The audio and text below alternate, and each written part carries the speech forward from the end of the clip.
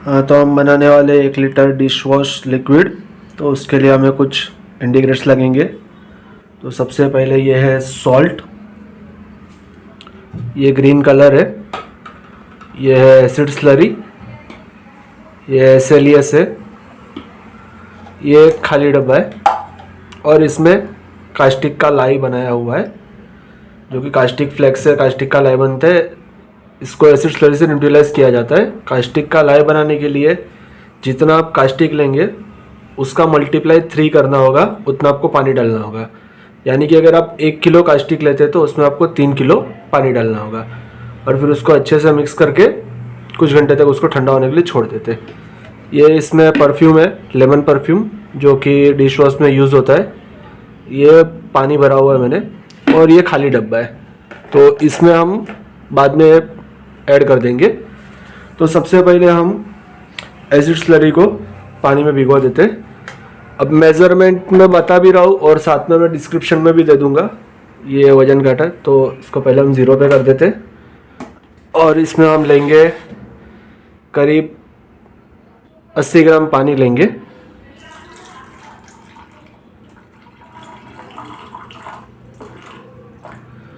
Okay, तो ये हो गया 80 ग्राम पानी।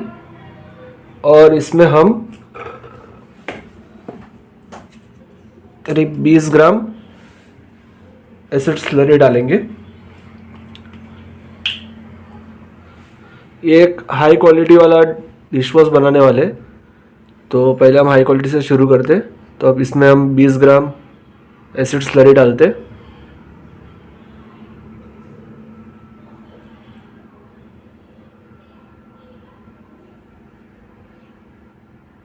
तो ये हो गया है 20 ग्राम। ओके ओके, ये हो गया 20 ग्राम एसिड स्लरी 80 ग्राम पानी में। हमने एसिड स्लरी को पानी में घोलने के लिए उससे 4 गुना पानी लिया हुआ है। अब इसको अच्छे से पहले मिक्स कर देते।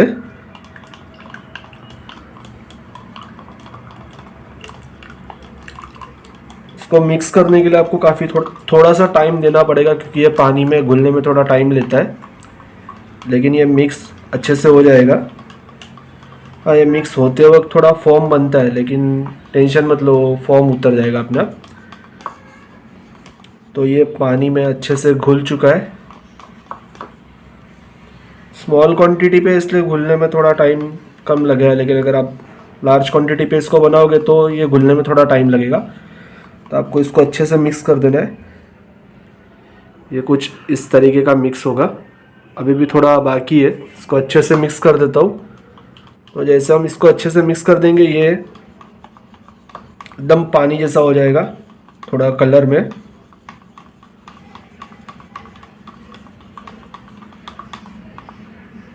एसिड स्लरी को पानी में घोलने के बाद, इसको अच्छे से मिक्स करने के बाद, इसको कुछ देर के लिए ठंडा होने के लिए छोड़ दिया जाता है, ताकि ये अच्छे से ठंडा हो सके।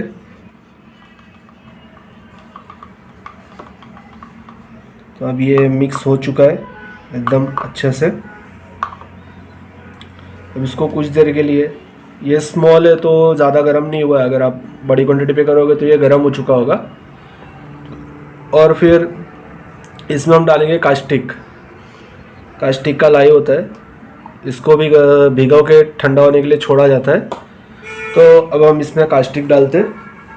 इसका भी मैं मेज़रमेंट आपको दे दूंगा कितना दिया जाता है। तो अब पहले इसको रख के हम 0 कर देते हैं और इसमें करीब हम 12 ग्राम डालेंगे।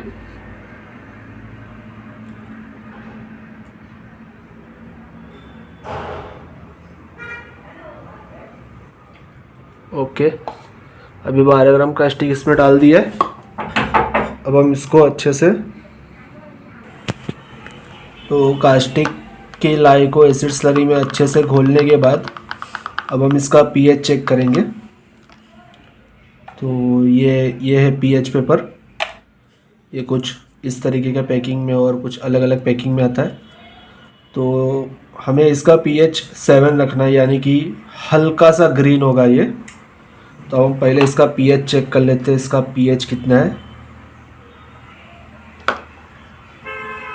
तो अब इसका पीएच हमें येलो आ रहा है। यानी कि पीएच पेपर की तरह है। तो इसका पीएच हो गया है करीब 5 से 6 के बीच में है।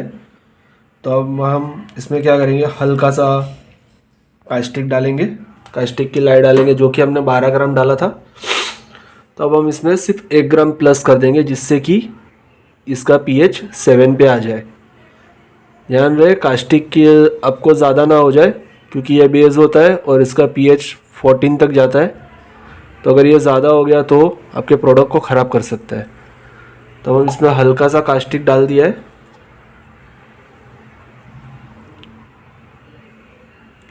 ओके, अब हम इसको फिर से मिक्स कर देंगे अच्छे से। जब ये मिक्स होगा तब ये कलर चेंज करेगा।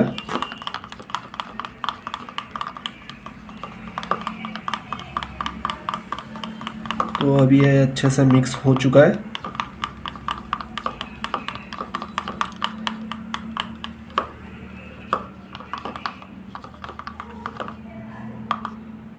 अच्छे से मिक्स हो चुका है। तो अब हम इसका फिर से पीएच चेक करते हैं।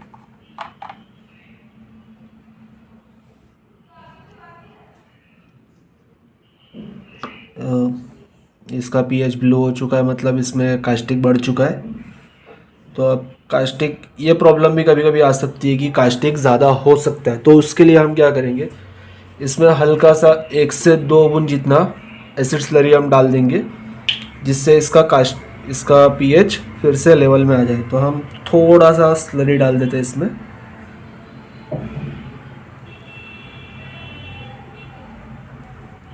बस इतना सा इनफ है। और फिर से इसको मिक्स कर देते हैं अच्छे से।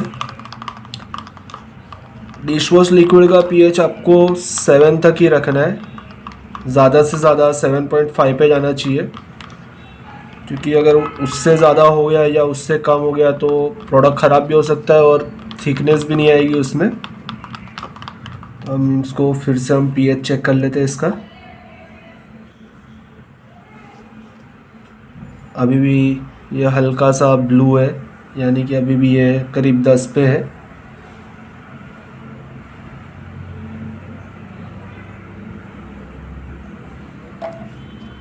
हमने इसमें फिर से एसिड स्लरी को थोड़ा घोल दिया है। फिर से इसको मिक्स कर देते। ये मैं 1 लीटर का बैच बता रहा हूँ, तो फिर जितना आपको बनाना हो उस हिसाब से आप इसको मल्टीप्लाई कर सकते हैं।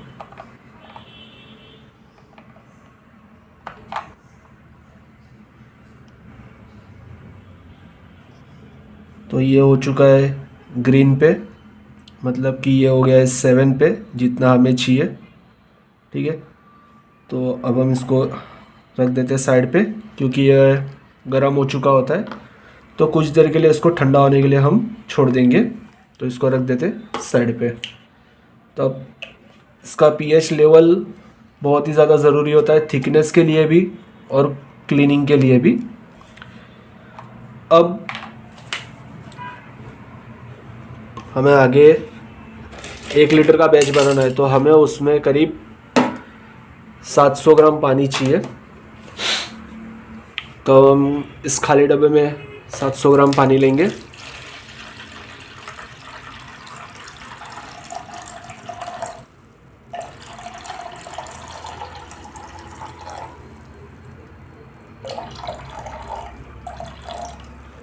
अभी ये 700 ग्राम पानी हो चुका है।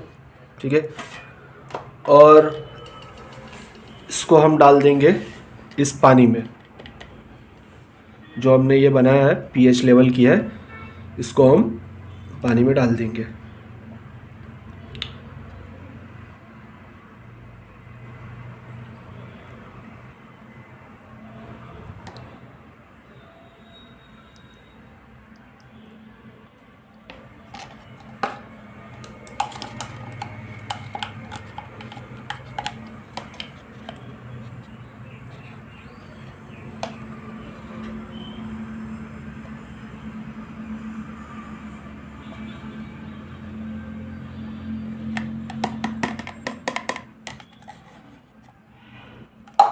अब इसको हम पहले थोड़ा अच्छे से मिक्स कर लेते।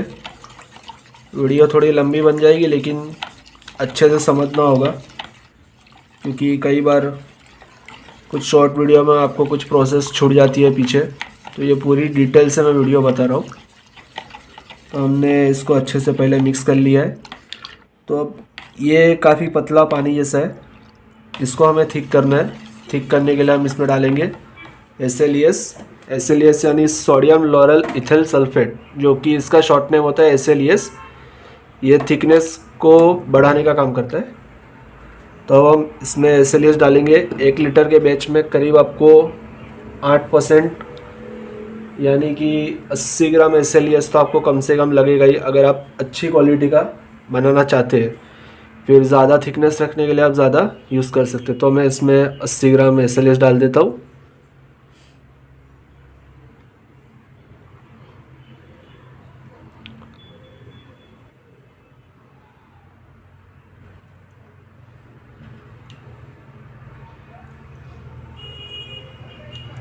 ये हो गया 80 ग्राम SLES।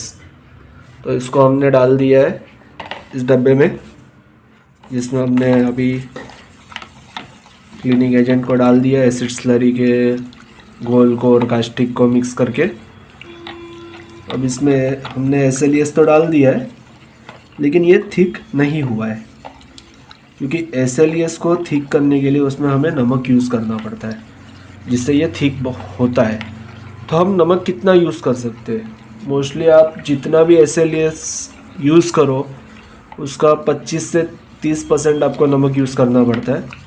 तो अभी हमने इसमें 80 ग्राम SLES यूज़ किया है, तो उसके मुकाबले में हम 20 ग्राम नमक लेंगे।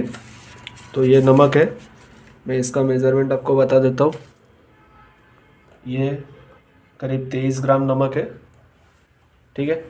तो इसको हम डाल देते हैं इसमें।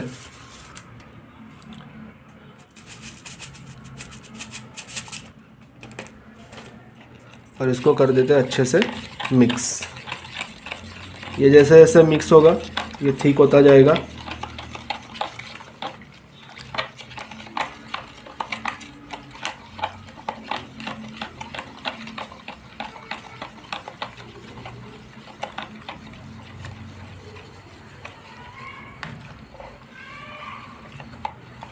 इसकी थिकनेस अभी धीरे धीरे बढ़ रही है, क्योंकि SLES को नमक थिक कर देता है। तो SLES हम जिस भी वाटर में डालते हैं उसको थिक करने के लिए हम उसमें नमक यूज़ करते हैं, तो वो काफ़ी थिक हो जाता है। सो अब ये थोड़ा थोड़ा थिक हो चुका है, जेल टाइप बन रहा है। तो नमक को हम इसमें अच्छे से घोल देते हैं। थोड़ा टाइम लगा सकता है ये, कई बार नमक तुरंत घुल जाता है, कई बार थोड़ा टाइम भी लग जाता है।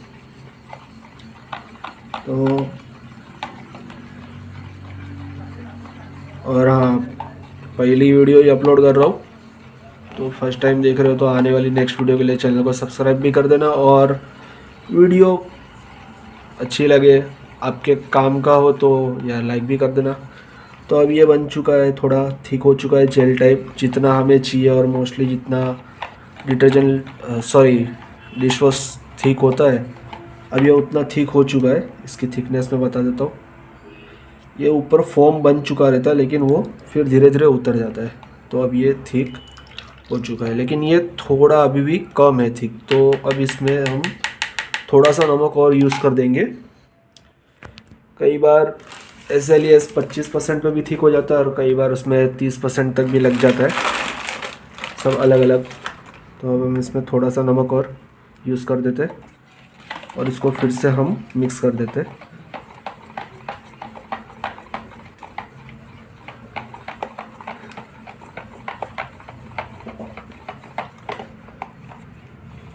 तो ये हमने अच्छे से इसको मिक्स कर दिया, और ये परफेक्ट हो चुका है।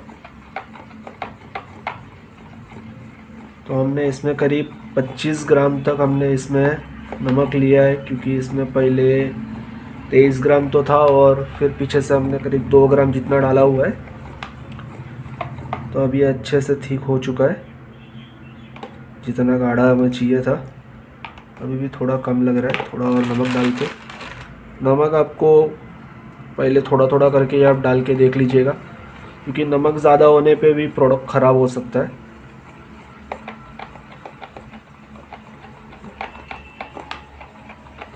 ये फुल ऑफ प्रैक्टिकल है। हम इसको अच्छे से मिक्स कर देते हैं। कोई भी प्रोडक्ट में नमक ज़्यादा भी हो जाता है तो भी वो ख़राब कर देता है प्रोडक्ट को, तो नमक आपको अच्छे से मिक्स करना होगा और उसका मेज़रमेंट भी आपको ठीक से रखना होगा। अब ये अच्छे से जेली टाइप हो चुका है, ये आराम आराम से उतर रहा है। ठीक है, तो अब ये बन चुका है हमारा डिश वॉश लिक्विड। अब हम इसमें दो मेन पार्ट यूज़ कर लेंगे, जो कि होता है कलर और परफ्यूम। तो कलर आप फूड कलर कोई भी यूज़ कर सकते हो, मोस्टली ग्रीन है, येलो है या फिर ऑरेंज वगैरह, जो भी आपको आपके मार्केट के हिसाब से ठीक लगता है आप उसको यूज़ कर सकते हो। तो मैं इसमें अब ये ग्रीन कलर यूज़ कर रहा हूँ। ये फूड कलर है जिसको मैंने पानी में थोड़ा भिगो के रखा हुआ था। आप कलर को यूज़ करने के लिए उसको पानी में पहले भिगो दे, डायरेक्ट प्रोडक्ट में मत डालें। तो अब इसको मैं थोड़ा सा इसमें यूज़ कर लेता हूँ। ठीक है, अब इसको हम मिक्स कर लेंगे अच्छे से। तो अब ये बिल्कुल, अभी तो ये ट्रांसपेरेंट नहीं है क्योंकि इसको बन जाने के बाद कुछ देर तक के लिए इसको ऐसे ही छोड़ दिया जाता है, जिसके बाद ये ट्रांसपेरेंट हो जाता है। इसमें स्टार्टिंग में फॉर्म बन जाता है, ये एकदम प्रिल लिक्विड की तरह है जो कि मार्केट में मिलता है। ये तो ये अब लिक्विड तो बन चुका है। अब हम इसमें परफ्यूम डालेंगे। तो 1 लीटर में हम करीब 1 ml जितना ही परफ्यूम डालेंगे, इतना इनफ होता है। तो हम इसमें थोड़ा सा परफ्यूम डाल देते हैं।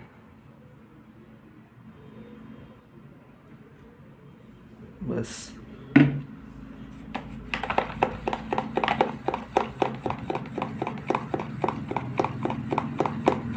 परफ्यूम आपको स्टैंडर्ड क्वालिटी का भी आप यूज़ कर सकते हो और लो क्वालिटी का भी यूज़ कर सकते हो, जैसा आपको ठीक लगे।